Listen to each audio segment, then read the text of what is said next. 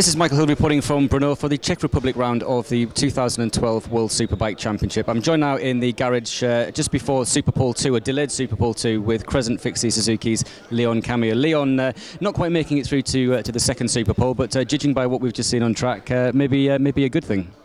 Yeah, I mean, that's pretty unfortunate, you know. It's horrible when, it's probably your worst nightmare actually, when a load of riders go down on someone else's oil, and you know, it's no one's fault, but it's just one of them things. So yeah, it's pretty bad for everyone else. But yeah, for me, I'm a little bit frustrated. I felt on a race tyre, the bike was feeling pretty good. We sort of changed the setting a little bit, and the bike was feeling really good on race tyres. I got held up a little bit, so I had to gamble, put the queue in. And then basically, yeah, I had really bad chatter again. I could feel it on the sighting lap, so I was sort of building my confidence for the lap and seeing what I could get away with. And quite a few times the front just sort of bounced out my hands, nearly crashed. But yeah, managed to improve on a queue, but yeah, it wasn't enough. So pretty frustrated because, you know, I think race pace wise, not so bad. The setting that we ran on the race tyre in the first qualifying felt really good. So yeah, hopefully we can sort of translate throughout the whole race. You mentioned the word frustrating, and it's a word that you've used, I think, in every single one of the interviews that we've done at Superbike News TV this year. But is that how you would sum up the season for you, really? I mean, it is a new venture with Yoshimura coming on board with Suzuki, but as I say, frustration creeping in. We know that you know, you have the talent to run at the front. Do you feel that, you know, maybe things have not worked out as they should, that's holding you back a little bit, or is it a combination of you and other circumstances? Yeah, for me, it's difficult to say it's frustrating. For sure, every rider wants to be at the front, and as you say, I feel the chassis of the bike is definitely capable. The team is capable.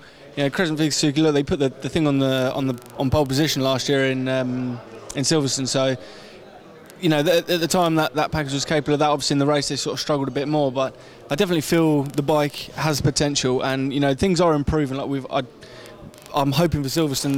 They're saying they've got another sort of spec coming, which we're pretty confident will be another step better engine-wise. So I've no doubt that the team is capable, the bike's capable. Even though it's quite an old bike, I still think it is capable of doing podiums and stuff like that. So, you know, when I'm riding around with Melandri and people that are up the front and winning races and stuff, and you know, in corners like the tight sections, I can catch them and I'm all over them, and I'm like, you know what I mean, there's nothing I feel to be doing really wrong riding-wise. I feel to be riding pretty good.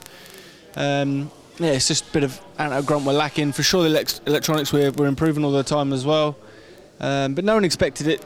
Well, in the team, no one expected it just to be going out and winning straight away. You know, we knew it was going to be a bit of a process, and you know, as long as we keep seeing improvements, that's all we can ask for. And everyone's working hard.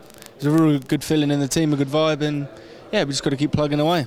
We spoke, I think, at Misano with your team principal, Paul Denning, and he was saying that you know, we need to put this into perspective. The jump from the Superbike racing in the UK into World Superbikes this year, especially with the project that you've got, it is a big leap. And we're not talking that you guys are miles off the pace. We're talking tenths of a second. I mean, like 14 guys today in Super Pole covered by 0.9 of a second. So we're talking that close, really, aren't we? Exactly. And if you actually think about how quick is a second, it's horrifically a small amount of time. And yeah, when you're sort of little disadvantages in places, and it soon adds up. And I'm as I said, I'm so confident if we can just work on a few areas and keep improving, that it has the potential to be really strong.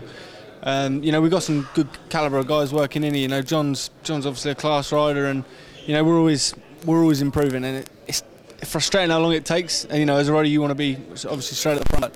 You got to keep it in perspective as well. And yeah, as Paul said, in the British Championship, you have a bad day, you're 5th, 6th, something like that. Over here, you're 15th, simple as that. So yeah, as long as we keep making improvements, that's all we can ask for.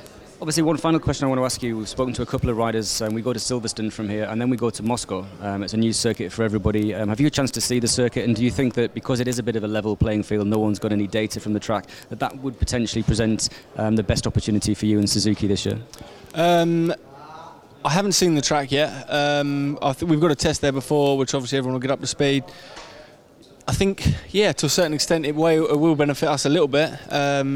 Being a new track and all, but depends on the circuit. You know, if it's where the weak point of our bike is, then obviously we're going to struggle. But yeah, for a new circuit, I'm looking forward to it, because I pick up tracks pretty quick, and so does John. So there's no reason we couldn't be pretty competitive straight away. But we'll see. You know, I don't want to go getting excited for no reason. But yeah, we'll see when it comes to it. We'll see how everything fares. And you know, some tracks you go to, you're instantly fast. Like Donington for us, doesn't make any sense, but we were instantly like quickest. I think winning one of the sessions. I was a bit late for the session, getting out, and by the time we got going, I instantly went quickest. And it was like, yeah, I mean, what do? You're still riding the same, you're still doing everything the same, but all of a sudden you're at the front of the timesheets instead of mid-pack. And when things are meant to be, they'll come. So we'll see. Leon, we're going to let you get ready to watch the remainder of Super Paul, and we'll catch you on the grid tomorrow. Nice talking to you again. Cool, thank you. Thanks.